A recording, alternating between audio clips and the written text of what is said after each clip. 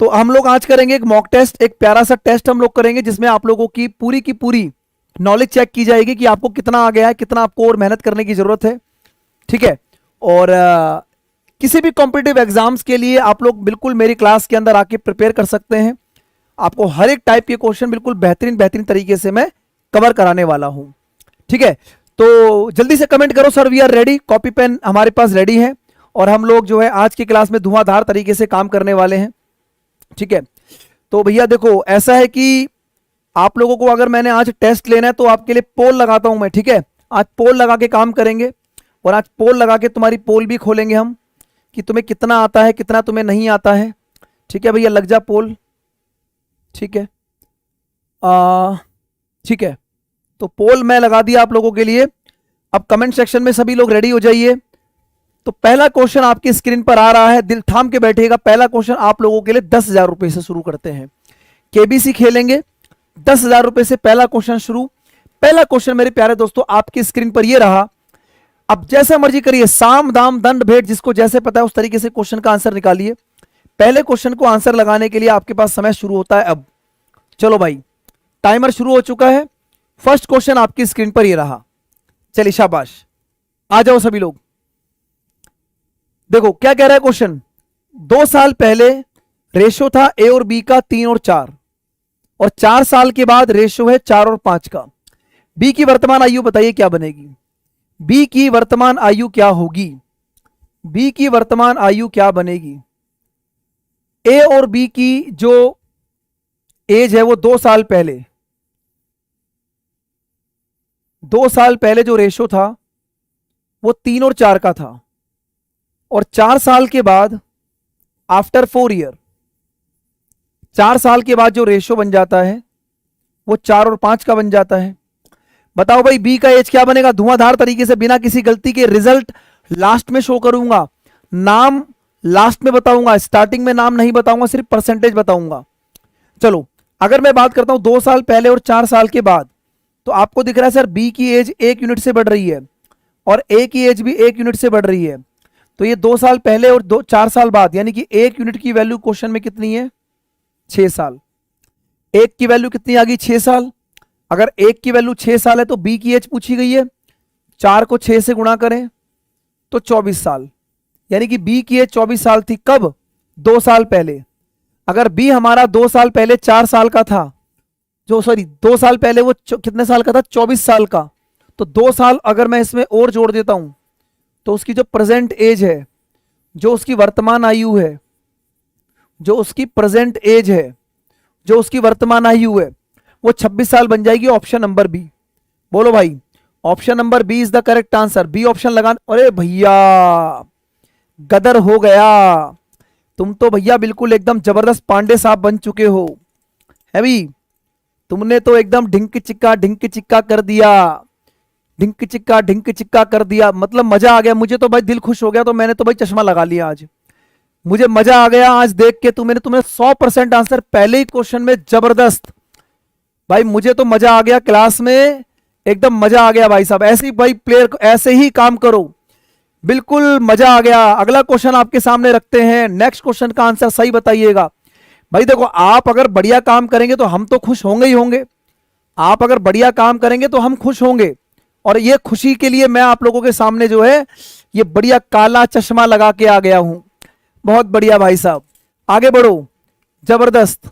अगले क्वेश्चन का आंसर लगाइएगा क्या बनेगा। चलो धुआंधार तरीके से लग जाओ भैया, बहुत बढ़िया, मजा आ गया, वेरी गुड। हेलो भाई हेलो, बिल्कुल 100% आंसर लगा दिया तुम लोगों ने तो भाई पहले ही क्वेश्चन के अंदर। बहुत बढ़िया भाई, वेरी गुड, वेल डन। आइए, एक कार समान गति से 7 किलोमीटर की दूरी तय करती है। यदि कार की गति को 8 किलोमीटर बढ़ा दूं तो समान दूरी को तय करने में 2 घंटे कम लगेंगे। कार की वास्तविक चाल क्या है, एक्चुअल स्पीड क्या है कार की, बताइएगा भैया। कार की एक्चुअल स्पीड क्या है मेरे दोस्तों, जल्दी से बताइए, शाबाश। और सभी लोगों को निमंत्रण भेज के क्लास में बुला लीजिए कि बोल क्लास शुरू हो चुकी है। 2 तरीके से क्वेश्चन सॉल्व हो सकता है, या तो ऑप्शन से या फिर बेसिक तरीके से। जैसा आपका मन उस तरीके से क्वेश्चन काम करेंगे। एक कार जो है 60 किलोमीटर की दूरी को पहले अपनी एक्स की चाल से ट्रेवल करती है। इसी 60 किलोमीटर की दूरी के लिए उसने अपनी चाल को बढ़ा दिया 8 किलोमीटर प्रति घंटे से, और ऐसा करने से 2 घंटे समय कम हो गया, यानी कि समय कम हो गया 2 घंटे। आप सभी को पता है कि सर दूरी बटे में चाल समय होता है, दूरी बटे में चाल समय होता है। इन दोनों के बीच में जो अंतर है वो 2 घंटे का है, इन दोनों के बीच में जो अंतर है वो 2 घंटे का है, इन दोनों के बीच में जो अंतर है वो 2 घंटे का है।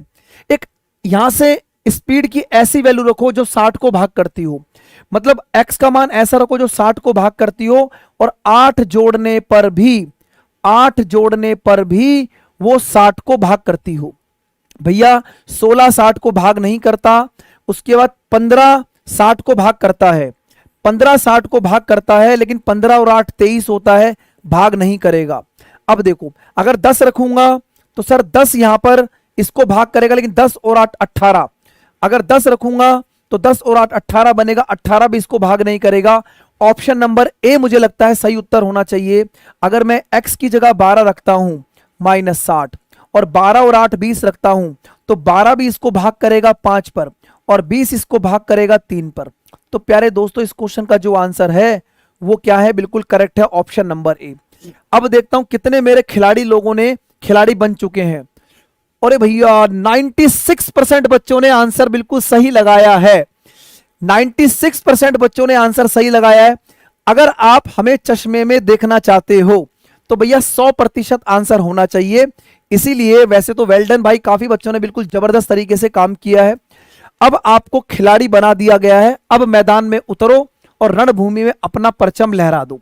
अगला प्रश्न मेरे प्यारे दोस्तों आपकी स्क्रीन पर यह रहा, आराम से करना, मैं टाइमर पूरा आपको दूंगा, समय आपको पूरा दिया जाएगा, उसमें बिल्कुल भी टेंशन की बात नहीं है, ठीक है, समय आपको पूरा मिलेगा, उसमें बिल्कुल भी परेशान होने की बात नहीं है। आइए अगला क्वेश्चन आपके सामने क्या है। एक निश्चित समय में एक मूलधन साधारण ब्याज 10% की दर से स्वयं का 4 गुना हो जाता है, समान अवधि में समान मूलधन की स्वयं की 7 गुना हो जाता है, तो ब्याज की दर क्या होगी, बताइए भैया। Good evening, good evening, good evening, very good evening, सभी को गुड इवनिंग भाई, सभी को नमस्ते, सभी को राधे राधे, ठीक है। चलो बिल्कुल भी गलत नहीं करना है, आराम से प्रश्न को सॉल्व करना है। Certain some of money become 4 times itself इन 10% के हिसाब से। अब ध्यान से देखना, अगर मैं आपको बोलता हूं कोई मूलधन राशि है और कोई हमारी मिश्रधन राशि है, अगर वो अपने आप की 4 गुनी हो जाती है, अगर वो अपने आप की 4 गुनी हो जाती है 10% पर, अपने आप की 4 गुनी हो जाती है 10% पर, what is the rate of interest same sum become 7 times, यानी कि 7 टाइम्स होने में, 7 टाइम्स होने में क्या रेट रहेगा। अब देखो हमारी ट्रिक से करोगे बबुआ तो प्रश्नों को उड़ा डालोगे, हमारी ट्रिक से करोगे तो क्वेश्चन को उड़ा डालोगे। साधारण ब्याज का क्वेश्चन है, आप ये बताइए कि अगर ये मूलधन 1 से 4 हुआ, इसका मतलब 3 यूनिट की वैल्यू क्वेश्चन में 10% है। ये 1 से 4 यानी कि 3 यूनिट बढ़ा तो 3 की वैल्यू 10% है, और ये 1 से 7, 1 से 7 का मतलब 6 यूनिट, तो 6 यूनिट की बबुआ वैल्यू क्या बनेगी बताओ। अगर आप ये बोलेंगे सर 3 की वैल्यू 10 है, अगर 3 की वैल्यू 10 है तो 6 की वैल्यू दुगनी होके 20 नहीं बनेगी। बोलो क्या आपको मेरी बात समझ में आती है। तो मेरे भाई इस क्वेश्चन का जो करेक्ट आंसर है बबुआ, option number D is the correct answer. D इस प्रश्न का बिल्कुल सही उत्तर बनेगा, D will be the correct answer. एक बार कमेंट सेक्शन में थंब इंप्रेशन दे दो, सर मजा आ गया। 20% इस क्वेश्चन का क्या आंसर है, सही आंसर है। कितने लोगों ने लगाया है, कितने लोगों ने लगाया भाई साहब गलत। तुक्केबाजी मत करो, मैंने पहले ही बोला है तुक्केबाजी मत करो, ये गलती मत करो, ऐसे काम मत करो। आप हमारे सॉल्यूशन को समझने की कोशिश करें। आप ये समझिए कि अभी कितनी और हमारे साथ आप लोगों की यात्रा बाकी है, कितना अभी और मेहनत करने की जरूरत है। क्वेश्चन में कुछ भी नहीं है, it will take only 30 seconds, सिर्फ 30 सेकंड के अंदर पेपर में खत्म हो जाएगा, लेकिन तुम गलत काम कर रहे हो, ऐसे काम मत करो। आइए अगले क्वेश्चन का आंसर बताइएगा, इस क्वेश्चन का आंसर क्या बनेगा फटाफट से बताओ। नेक्स्ट क्वेश्चन धुआंधार तरीके से करो। Good evening, good evening, very good evening. एक बार अपने आप को यह भी पहचानो कि आपको और कितनी मेहनत करने की जरूरत है, अभी कितना और हार्ड वर्क करने की आप लोगों को नीड है, इस बात को समझिए। पहले देखो एक कक्षा में 18 लड़कों का औसत टेस्ट स्कोर 15 था, जबकि कक्षा में समग्र 25 छात्रों का औसत 16 है, ठीक है 16.12 था। Average of the 18 boys in a class is 15। भाई 18 लड़कों का, यानी कि 18 हमारे पास बॉयज हैं, इनका एवरेज कितना है आपके पास 15। 18 बच्चों का एवरेज 15 है। अब अगर क्लास में टोटल 25 स्टूडेंट है, इसका मतलब गर्ल्स कितनी होंगी? गर्ल्स आपके पास 7 होंगी। इनका एवरेज मुझे नहीं पता, इनका एवरेज मुझे नहीं पता। तो 18 लड़के 7 लड़कियां बचेंगी। लड़कों का एवरेज 15 है, लड़कियों का एवरेज मुझे नहीं पता। पूरी क्लास में 25 बच्चे और सभी का एवरेज आता है 16.12। सभी का एवरेज निकल के आता है 16.12। इसको कहते हैं फाउंडेशन। यानी कि अगर आपका बेसिक क्लियर है ना भाई, अगर आपका बेसिक क्लियर है तो आपको किसी भी तरीके की समस्या यहां पर नहीं होने वाली है। ठीक है, चलो अब देखो, ध्यान से देखना। अगर ये 18 पंजे 90 है, 18 पंजे 90 बचेगा 9, 18 एकम 18 और 9 27, यानी कि 270 प्लस में 7x। इसको गुणा करेंगे सर, ये 612 गुणा में 25, और यहां से पॉइंट हटाएंगे तो नीचे 100 आ जाएगा, यानी कि इसके नीचे 100 लिख दो। 25 चौक 100, 4 चौक 16, 0 4 तिया 12, 403। 270 माइनस करो 7x। भैया 403 में से 270 माइनस करो, कितना बनेगा 3। यहां कितना बनेगा 3, यहां कितना बनेगा 1, 133। 7x की वैल्यू 133 है, तो x की वैल्यू कितनी आ जाएगी? x की वैल्यू आ जाएगी 133 बटे में 7। 7 एकम 7 बचेगा 6, 7 × 63। तो क्या आपके क्वेश्चन का आंसर 19 बन जाएगा? बताओ, बताइए, समझ में आया सभी को? देखो, आप मॉक टेस्ट के अंदर अपने आप को पहचान पाते हैं कि अगर आप एग्जाम के लिए अभी सच में तैयार है भी या नहीं भी है। ठीक है भाई, तो इस क्वेश्चन का जो करेक्ट आंसर है वो ऑप्शन नंबर सी है। इस बार जो सही आंसर देने वाले बच्चे हैं, लगभग अगर मैं बात करूं 36% बच्चों ने सही आंसर लगाया है। जिनका गलत हुआ है लास्ट में रिजल्ट शो करूंगा, नाम अभी नहीं बताने वाला हूं। ठीक है, आगे बढ़ते हैं। ये पढ़िएगा, देखो कितना प्यारा और कितना सुंदर सा क्वेश्चन है। वेरी वेरी इजी क्वेश्चन, फटाफट से बताइए, शाबाश, बोलो भाई।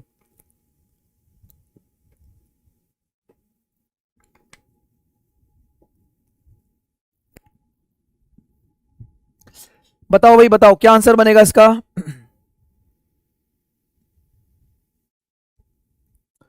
अब देखिएगा, अगर मैं आपको यह बोलता हूं कि 9 डिजिट का संख्या है जो 9 5 ये सब डिवाइड है 33 से, कोई संख्या अगर 33 से विभाजित है तो वो 3 से भी विभाजित होगी और वो 11 से भी विभाजित होगी। अगर मैं बात करूं 3 से विभाजित होने वाला नंबर क्या होता है, 3 से विभाजित होने वाला नंबर क्या होता है?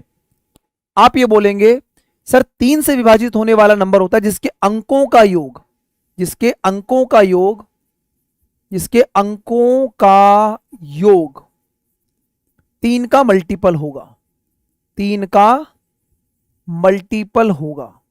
बोलो, इतनी बात समझ में आ रही है आप सभी को? जिसके अंकों का योग 3 का मल्टीपल हो वो संख्या 3 की मल्टीपल होगी। इनको जोड़ो, 5 और 5 10, 10 और 7 17, या एक काम करो ऐसे जोड़ लो, 9 और 5 14, 14 और 7 21, 21 और 5 26, 26 और 6 32 और 3 35। तो 35 प्लस में x प्लस में y प्लस में z, 35 प्लस में x plus y plus z. अब x plus y plus z का ऐसा मान रखो कि इन सब का मान रखने पर कौन सा नंबर 35 में जोड़ने पर 3 का मल्टीपल बने। ठीक है, अगर मैं 24 रखता हूं तो 35 प्लस 24 59, ये तो 3 का मल्टीपल नहीं है, गया, ये नहीं हो सकता। 27, 35 प्लस 27 यानी कि 62, ये भी गया, नहीं हो सकता। 35 प्लस 25, वाह, बात बन गई, 3 60 का मल्टीपल है।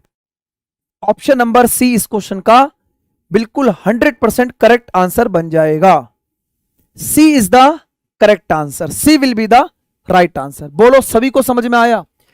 भाई पढ़ो ऐसे, पढ़ाओ ऐसे कि एक एक बच्चे के दिमाग में चीजें घुस जाएं, चाहे आराम से पढ़ाओ। समझ में आया? चलो, option number C is the correct answer. लगभग 93% बच्चों ने इस क्वेश्चन के आंसर को सही लगा दिया था। ठीक है, बहुत बढ़िया भाई, बहुत बढ़िया, शाबाश शाबाश। ठीक है, एक बार सेशन को शेयर नहीं करोगे क्या? है भाई, सेशन को एक बार शेयर नहीं करोगे क्या? क्या कसम खाई हुई है?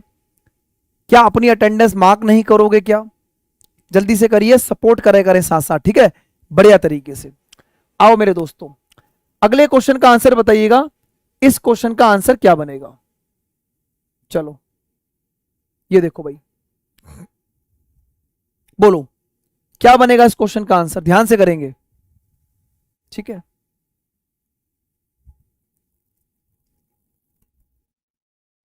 बोलो भाई बोलो। Sum of all the natural number, उन सभी प्राकृतिक संख्याओं का सम बताइए जो 501 और 701, जिसमें 501 भी हो 701 भी हो, लेकिन वो 7 का डिविजिबल हो, 7 से विभाजित होता हो। तो सबसे पहले तो देखिए 501 से लेकर और 701 में, 501 से लेकर 701 में 7 के मल्टीपल कौन कौन से हैं? पहले तो ये चेक करो 7 के मल्टीपल कौन कौन से हैं। तो आप बताएंगे, बताओ कौन कौन से भैया, बोलो बताओ। पहला मल्टीपल 501 के बाद कौन सा बनेगा? अगला मल्टीपल कौन सा बनेगा? जल्दी से कमेंट सेक्शन में बताइए। और 701 से पहले 7 का मल्टीपल कौन कौन सा होगा? बताओ, सबसे पहला 7 का मल्टीपल कौन सा है? बोलो। जो 7 से विभाजित होता हो, बताओ।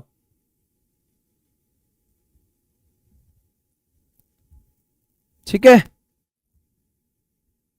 देखो सबसे पहले आपको ये पता होना चाहिए 701 से पहले 7 का मल्टीपल 700, यानी कि अंतिम नंबर आपके पास क्या है? 700 है।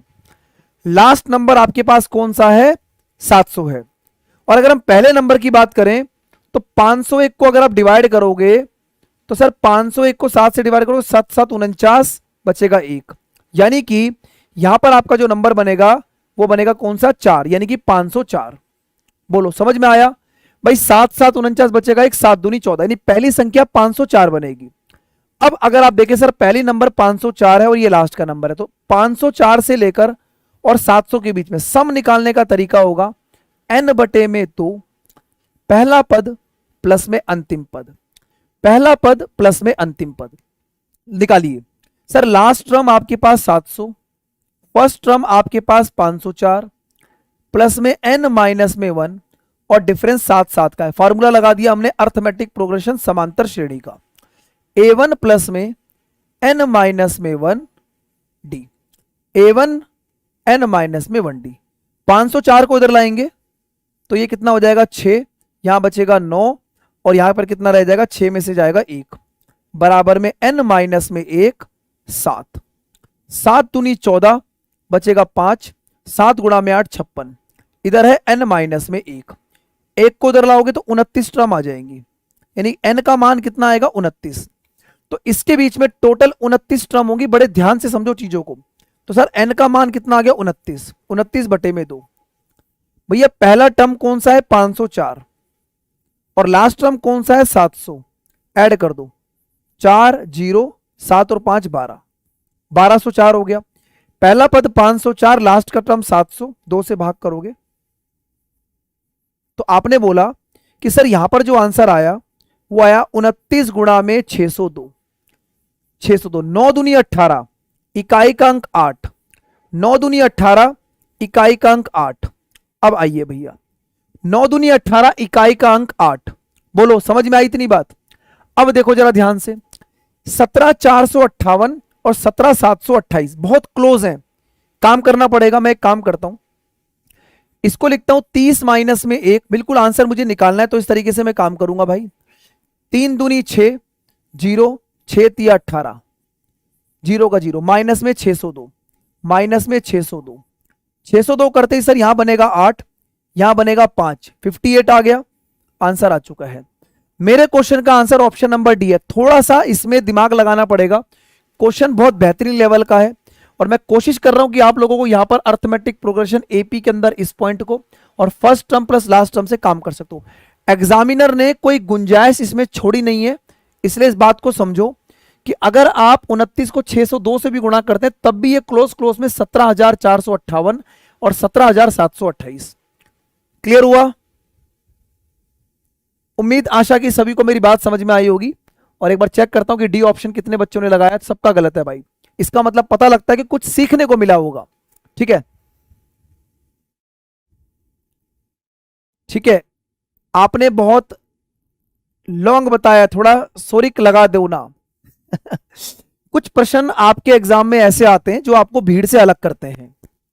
ठीक है, ये भीड़ से अलग करने वाला क्वेश्चन है। या तो पेपर में कर लो तो अच्छी रैंक आएगी, नहीं तो छोड़ दो तो कॉमन बन जाओगे, है ना। आगे बढ़ते हैं, आगे बढ़े मेरे दोस्त नेक्स्ट क्वेश्चन की तरफ। अगला प्रश्न आप लोगों की स्क्रीन पर ये रहा। बताओ, बताइए। चलो शाबाश, बताइए।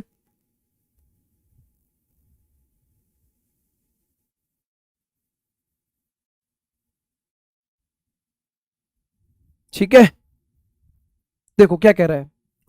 दो उम्मीदवार के बीच एक चुनाव में उम्मीदवार एक को वैध मतों का 55% प्राप्त और 10% मतों का अवैध घोषित कर दिए गए। अगर हमारे पास टोटल वोट कितने हैं, 18,000 हैं, तो दूसरे उम्मीदवार को कितने वोट मिले आपको बताना है। दूसरे उम्मीदवार को कितने वोट मिले आपको बताना है। बहुत बढ़िया भाई, बहुत बढ़िया। बस में बैठ के क्लास ले रहे हैं। चलिए,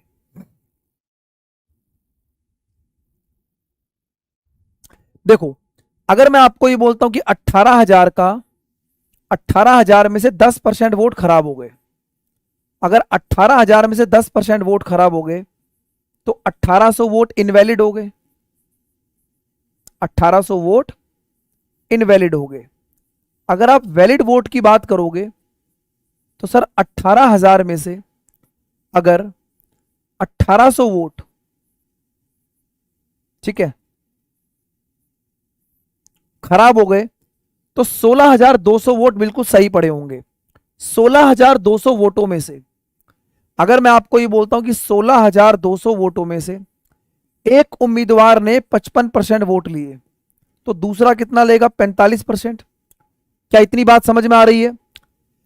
अगर इसका 16,200 का अगर आप 45% निकालते हैं, ठीक है, तो लगभग आपको दिख रहा है कि सर इकाई का अंक 0 बनेगा। ठीक है, अगर आप इसमें देखें सर 16 चौक 64, 16 चौक 64 यानी कि 70 के आसपास आंसर होगा। 16 चौक 64 यानी कि आप 45 दूनी 90 करके भी काम कर सकते हैं। मेरे को लगता है 7,290 इस क्वेश्चन का राइट आंसर बन जाएगा। बोलो, क्या आपको समझ में आया? हाँ, या 16 पंजे 80 के आसपास आंसर बनेगा? बोलो, फटाफट से बताइएगा, क्या रहेगा करेक्ट आंसर, जल्दी बताइए।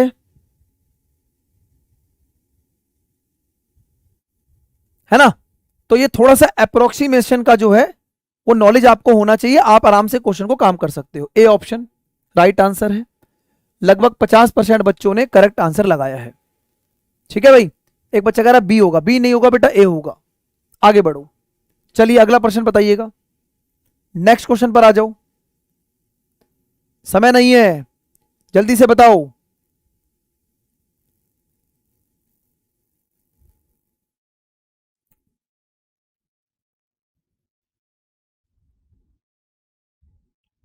चलिए शाबाश शाबाश, जल्दी बताओ भाई, जल्दी बताओ क्या आंसर बनेगा।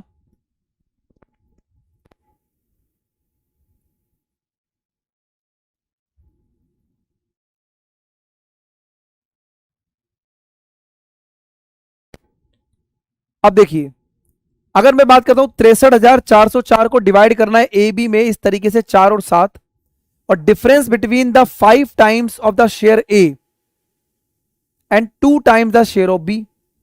देखो अगर मैं बात करूं सर ए और बी, ये 4 रेशो में है, ये 7 रेशो में है। अगर ए का 5 गुना और बी के 2 गुने का डिफरेंस, 5 गुणा में 4 20, 7 दूनी 14, तो अंतर कितने का है भैया, 6 यूनिट का। अंतर कितना है, 6 यूनिट का। अगर यहां पर डिफरेंस आपका 6 यूनिट का है तो ये आपको निकालना है। ठीक है, आपको 6 यूनिट का अंतर निकालना है। अब ये बताइए, अगर ये 63,404 को डिवाइड करना है ए और बी में, तो ए और बी की वैल्यू कितनी है, 7 और 4 11, भाई 11 की वैल्यू 63,404 है, तो एक की वैल्यू कितनी बनेगी बोलो? 11 पंजे 55, बचेगा 8, है ना, बचेगा 8, 11 सत्ते 77, बचेगा कितना 7, 11 छिक 66 और 11 चौक 44। तो एक यूनिट की वैल्यू लगभग 5764 आ रही है। एक यूनिट की वैल्यू 5764 को गुणा कर देंगे 6 यूनिट से, तो 6 गुणा में 4 24। अब देखो 6 पंजे 30 है, ऑप्शन लगा दो क्योंकि यूनिट डिजिट पे 4 आएगा, यूनिट डिजिट पे 4 आएगा। अगर यूनिट डिजिट पे 4 आएगा तो 4 यहां पर और यहां पर है। अगर ये 57 है और ये 5 है तो 6 पंजे 30 यानी 34 के आसपास आंसर बनेगा। तो आपके क्वेश्चन का जो करेक्ट आंसर है वो 34,584 बनेगा। क्या आप सभी को मेरी बात समझ में आई क्या? देखो पूरी कैलकुलेशन कभी नहीं करनी होती, आपको आधी चीजें सॉल्व करनी है और आधा आपको अपने ऑब्जेक्टिव पेपर के हिसाब से काम करना है। बोलो मेरी बात समझ में आ रही है सभी को? बताइएगा। चलो, इस क्वेश्चन का आंसर ऑप्शन नंबर ए था और मुझे लगता है कि सिर्फ 30% बच्चों ने इस क्वेश्चन के आंसर को लगाया है। अगले क्वेश्चन का आंसर बताइए भाई क्या बनेगा? चलो शाबाश।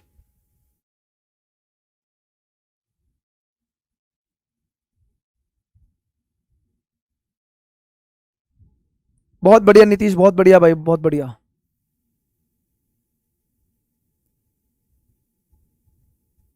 चलिए इसका आंसर बताइएगा। रवि किसी काम को 15 दिन में कर सकता है 6 घंटे काम करके। तो रवि ने 15 दिनों में 6 घंटे काम करके एक काम को कर लिया, तो कितने घंटे में वो इस काम को 10 दिन में करेगा? भाई इससे आसान क्वेश्चन हो सकता है क्या? इसलिए मैंने पोल नहीं दिया इसके लिए, क्योंकि इसके लिए पोल की जरूरत नहीं है, इसमें वैसे आप आंसर लगा दोगे। 15 गुणा 6 90 बराबर 10 गुणा में h, कैंसिल आउट करोगे तो h का मान कितना आ जाएगा? 9, यानी कि 9 घंटे के अंदर ये कार्य समाप्त हो जाएगा। सभी का आंसर आ चुका है? बोलो भाई, हो गया क्लियर सभी को? आगे बढ़ते हैं नेक्स्ट क्वेश्चन की तरफ। ये देखो बहुत ही शानदार क्वेश्चन आप लोगों के सामने ये रहा, तसल्ली से करिए।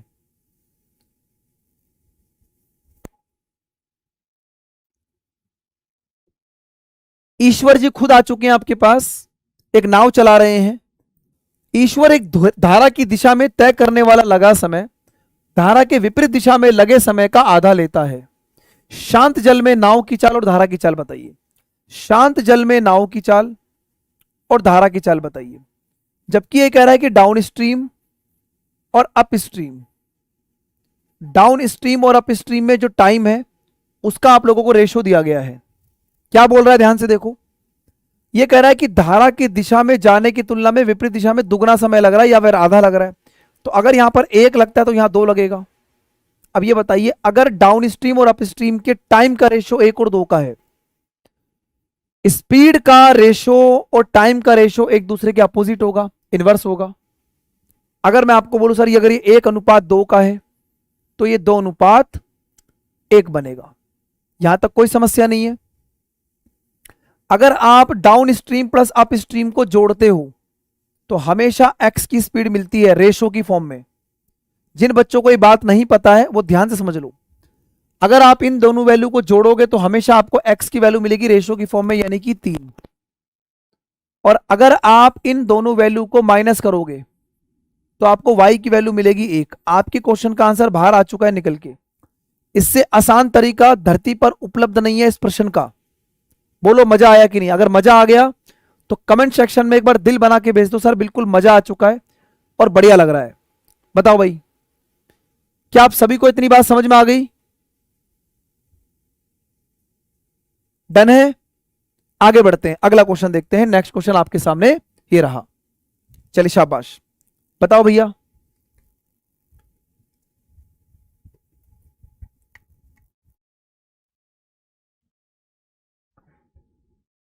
देखो 9 छात्र तथा उनके अध्यापक की औसत आयु 16 वर्ष है।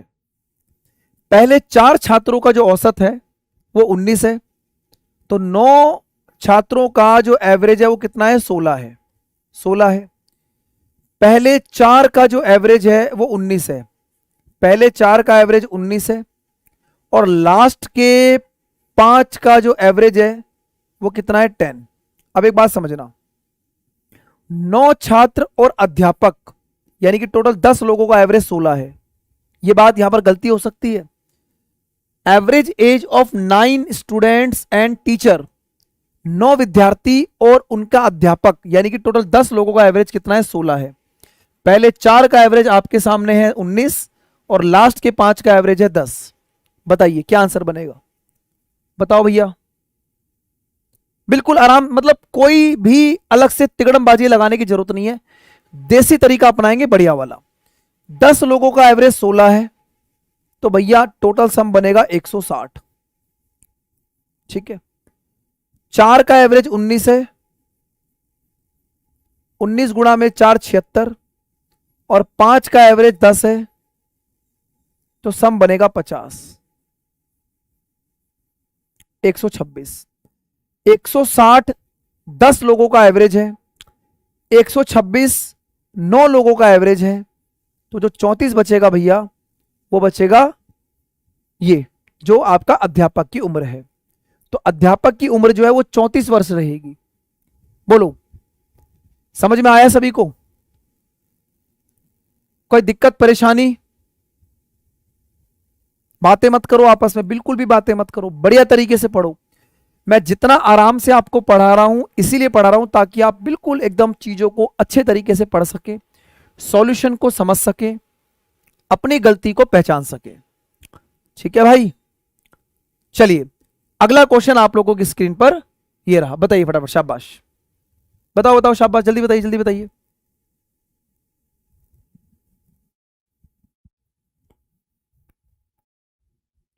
एक डीलर जो है 25% का लाभ कमाता है आफ्टर 50% का डिस्काउंट देने के बाद।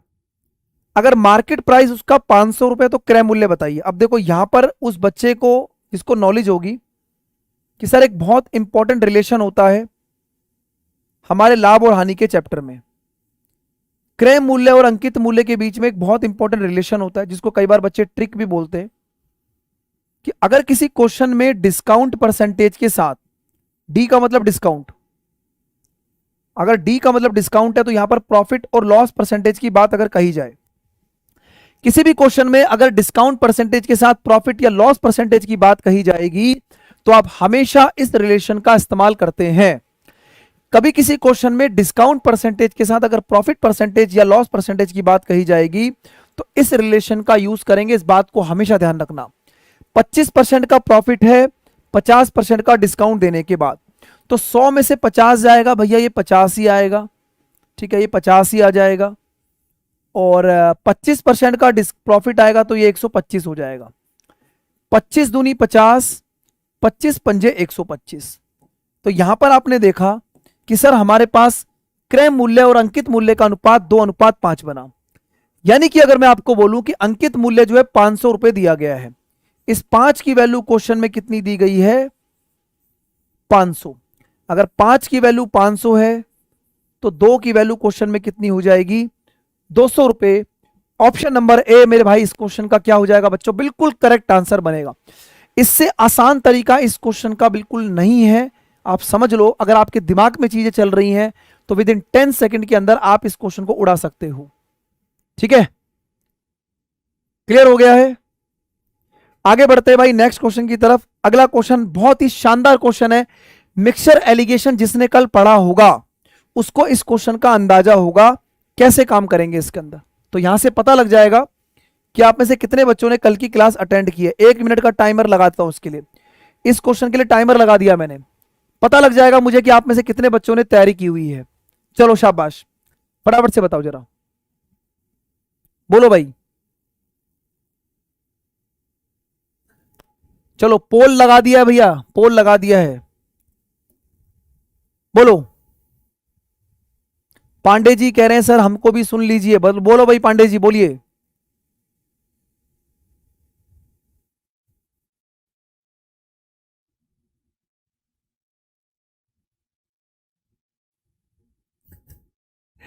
चलिए ठीक है, तो अगर मैं बात करता हूं सर, कभी भी मिक्सचर एलिगेशन के अंदर क्या होता है कि यूनिट सेम होनी चाहिए। जैसे यहां पर पानी और अल्कोहल का रेशो दिया गया, अगर मैं इस क्वेश्चन को पानी की यूनिट पे सॉल्व करता हूं, अगर मैं पहले कंटेनर में पानी का पार्ट लेता हूं तो पानी कितना है? 2 पार्ट। टोटल कितने में से, 3 और 2 5 में से, क्योंकि रेशो कितना है 2 और 3 का। पानी कितना है 2, टोटल 5 में से।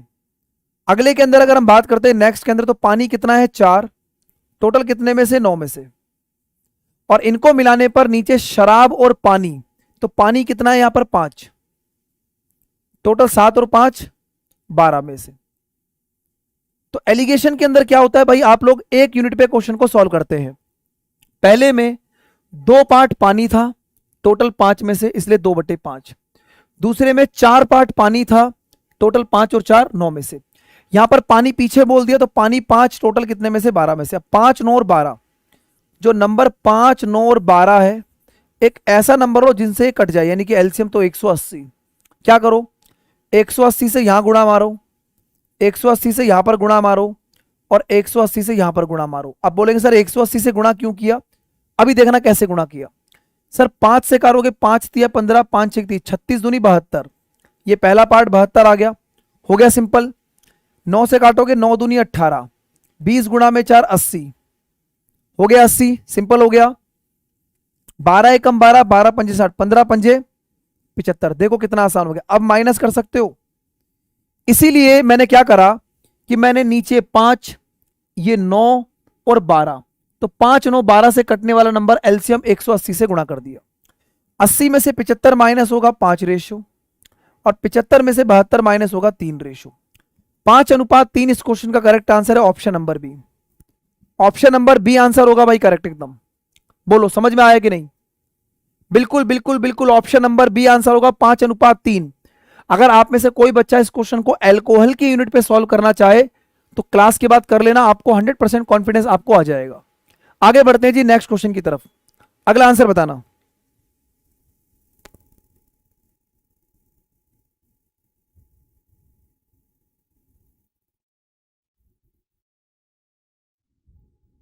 बोलो भाई बोलो।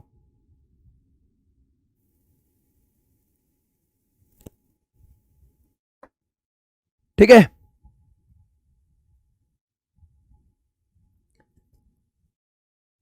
क्वेश्चन में क्या बोला गया है, एक वस्तु को बेचा गया है 1990 में आफ्टर अलावा डिस्काउंट तो 15%। 15% के डिस्काउंट के बाद उसको बेचा गया है, और 12.5% का अगर डिस्काउंट दे तो कितना उस पर बेचा जाएगा। बताओ भाई, सबसे पहले आप ये बताइए, अगर आपने 15% का डिस्काउंट दिया है, अगर आपने 15% का डिस्काउंट दिया तो एमआरपी पे अगर आपने 15% की छूट दे दी तो आपने 85% पर उसको बेच दिया, आपने 85% पर उसको बेच दिया, तो 85% की वैल्यू क्वेश्चन में आपको 1190 रुपए आ रही है। एमआरपी समझ में आ गया, आप कैसे करोगे कैलकुलेट, 17 पंजे 85, 17 गुणा में 7 होता है इतना, ठीक है, 17 पंजे 85 और 17 गुणा में 7 119, 5 से काटोगे भाई ये जो हो जाएगा 14, यानी कि 14 पंजे 70, तो एमआरपी कितना आ गया, एमआरपी आ गया 1400 रुपए। यानी उस वस्तु का जो अंकित मूल्य था वो 1400 रुपए था, उस वस्तु का अंकित मूल्य कितना था 1400 रुपए। अब ये कह रहा है कि अगर मैं उस पर 12.5% की छूट देता हूं तो भैया 12.5% का मतलब 1/8, यानी 1400 पर अगर 1/8 की छूट, यानी 8 पर अगर 1 का डिस्काउंट, अगर 8 पर 1 का डिस्काउंट तो आपको वैल्यू मिलेगी 7/8 की। अब आपको ये निकालना है, काटो जरा इसको 8 से, 8 एकम 8 बचेगा 6, 8 गुणा में 7 56 बचेगा 4, 8 पंजे 40, 7 पंजे 35 का 5 बचेगा 3, 7 गुणा 7 49 और 3 52, 7 एकम 7 और 5 12, 1225। डी ऑप्शन बिल्कुल सही है भाई। गुड इवनिंग भाई, good evening, good evening, very good evening सभी को, गुड इवनिंग। ऑल राइट, सभी को डन है, ये समझ लो, एक 8 रुपए की वस्तु पर अगर 1 रुपए का डिस्काउंट देगा तो 8 पर 1 का डिस्काउंट तो 7/8 पर बेचेगा। ठीक है, चलिए आगे बढ़ते हैं। नेक्स्ट क्वेश्चन आप लोगों के सामने ये रहा। पिछले क्वेश्चन का आंसर क्या था भाई, ऑप्शन नंबर डी। पिछले क्वेश्चन का आंसर ऑप्शन नंबर डी था। चलो ये बताइए, नेक्स्ट बताइए।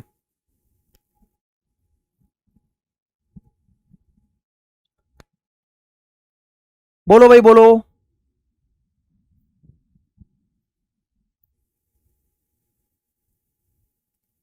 देखो, एक निश्चित राशि पर 5% प्रतिवर्ष की दर से 8 वर्ष का साधारण ब्याज 840 है।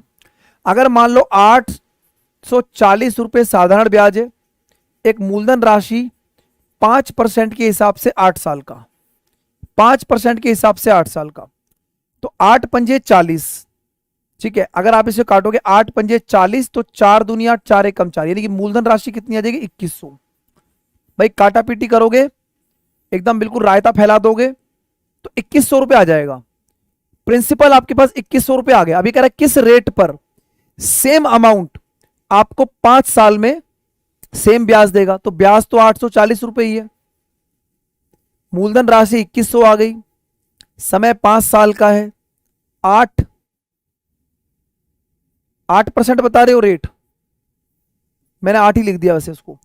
चलो काटो, 21 चौक 84, 40 और 5 अट्ठे 40, बिल्कुल सही आया भाई।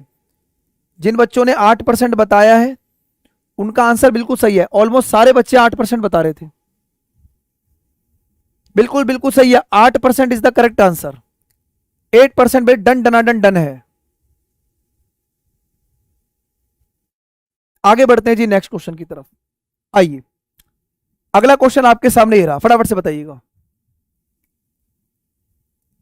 नेक्स्ट क्वेश्चन का आंसर बताइए, शाबाश, चलो जल्दी से बताइए।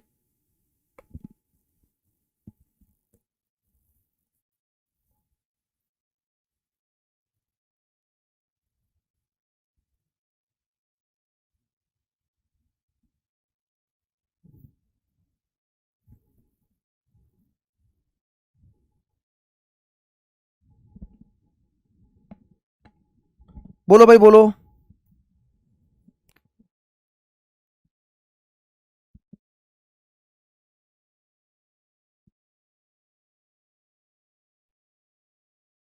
देखो, कह रहा है कि राधा ने एक आर्टिकल को खरीदा 100 रुपए में, अगर वो 25% का डिस्काउंट देती है और उस पर 12.5% का प्रॉफिट कमाती है, find the market price of the article. अभी मैंने आपको एक छोटी सी बात बताई थी, अगर आपको बात समझ में आई हो तो आपको यहां पर कुछ समझ में आएगा। सर, क्रय मूल्य और अंकित मूल्य, क्रय मूल्य और अंकित मूल्य। भाई क्रय मूल्य और अंकित मूल्य में 100 माइनस में डी और 100 प्लस माइनस प्रॉफिट या लॉस, है ना, यही कहानी है।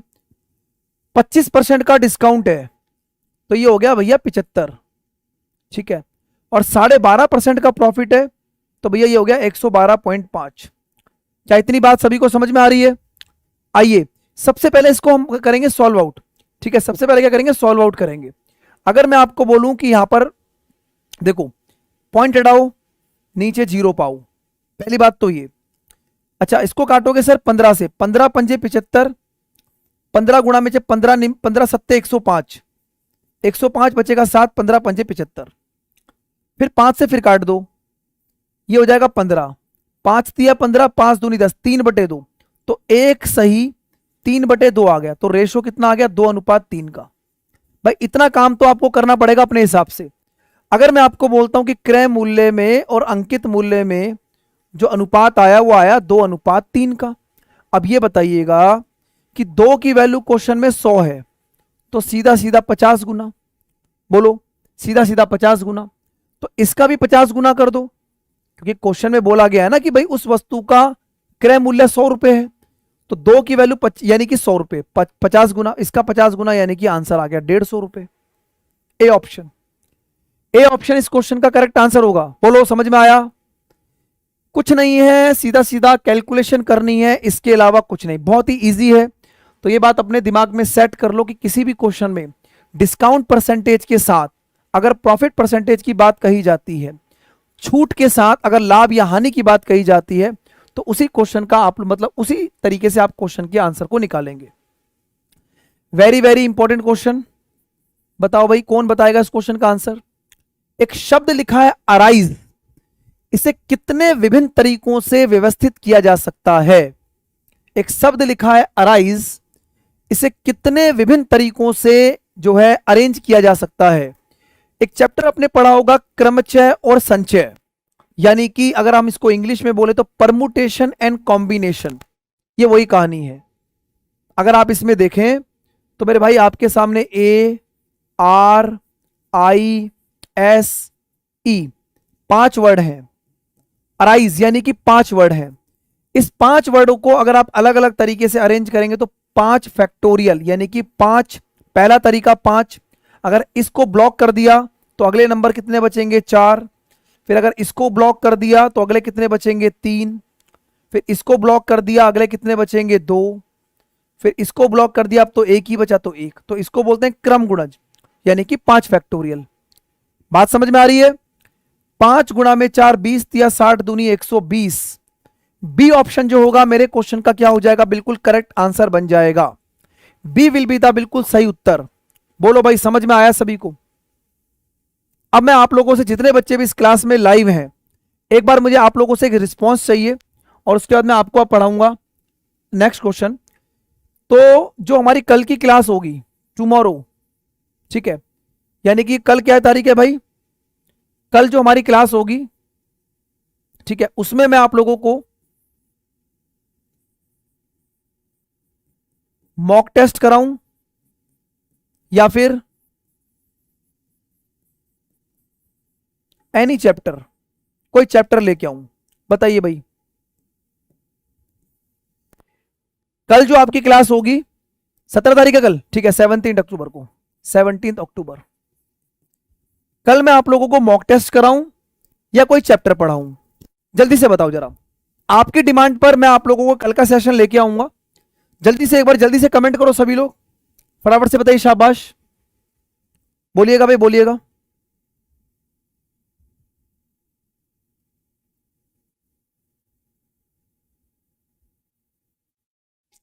करो करो करो, पहले कमेंट करो जितने भी लोग हैं यहां पर। आप लोगों की डिमांड ऐसे ही हम लोग समझ सकते हैं।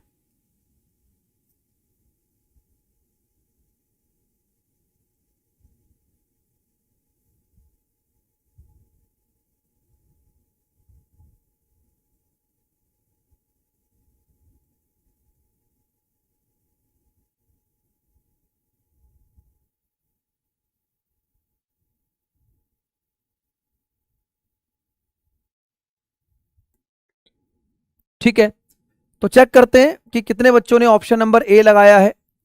भाई 75% बच्चे ये कह रहे हैं कि सर कोई चैप्टर पढ़ाइए, 75% बच्चे ये कह रहे हैं कि चैप्टर पढ़ाइए। ठीक है भाई, कोई दिक्कत नहीं है। तो अब एक काम करना, अब आप लोग एक काम करना, ये क्लास को अब हम एंड कर रहे हैं।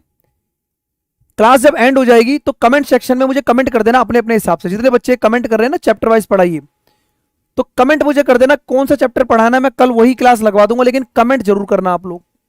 ठीक है भाई, चलो तो दोस्तों आज की क्लास हम लोग यहीं करेंगे कंप्लीट, और कल फिर आप लोगों से मुलाकात करेंगे।